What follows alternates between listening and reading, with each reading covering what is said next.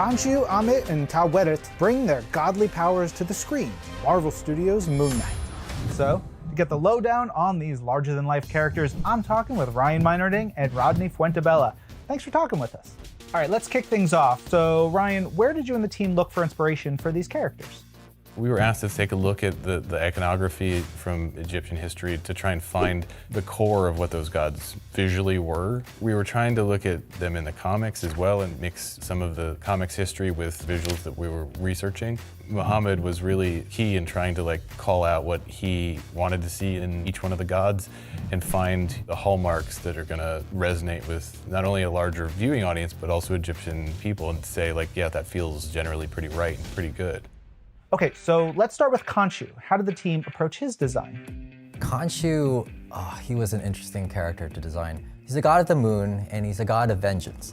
And he's one of those characters that has such a complicated personality. He feels like he's doing the right thing, and the way he does it is something that is almost questionable. In the comics, he is a bird skull that's floating on a body. And it's a very interesting challenge to see what we could do to make that feel interesting and feel like it's a character that will play well in the show. So we did a lot of concepts to see what the head could be and how that interaction between the head and the body would be. The look of him was derived from one of our previous iterations of Moon Knight, but in a more kind of emaciated and a more decrepit sort of way. What we played upon was the look of mummies. I wanted to make sure that the fabric flowed and had this kind of creepy quality to it.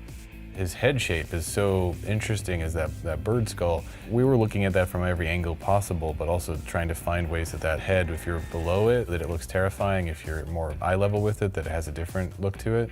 We learned that lesson on the first Iron Man movie, that depending on the head angle, that helmet can look aggressive, but still okay, or it can look really angry. And using those same sorts of ideas, and the eye shape around Khonshu and the beak, trying to find ways that head can be different things depending on the point of view.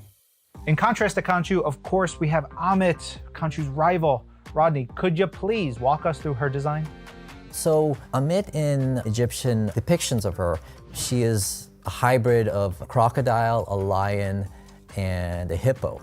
And we were playing around with all those different things. One of the interesting things about Amit having a crocodile head was trying to figure out okay, how will she talk? You are low on faith. So that it feels right.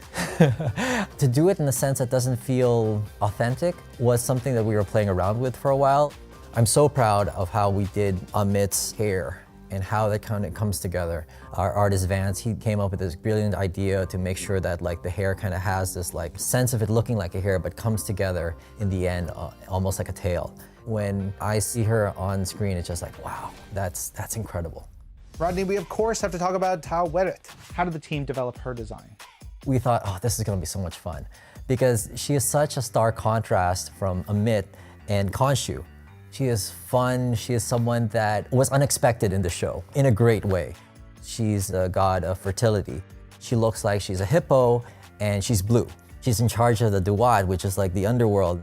When designing her, we wanted her to feel like she had this friendly quality about her, maybe even a matronly sense. The interesting thing about creating her was how do we make all those Egyptian lines, how do we put that into a hippo body?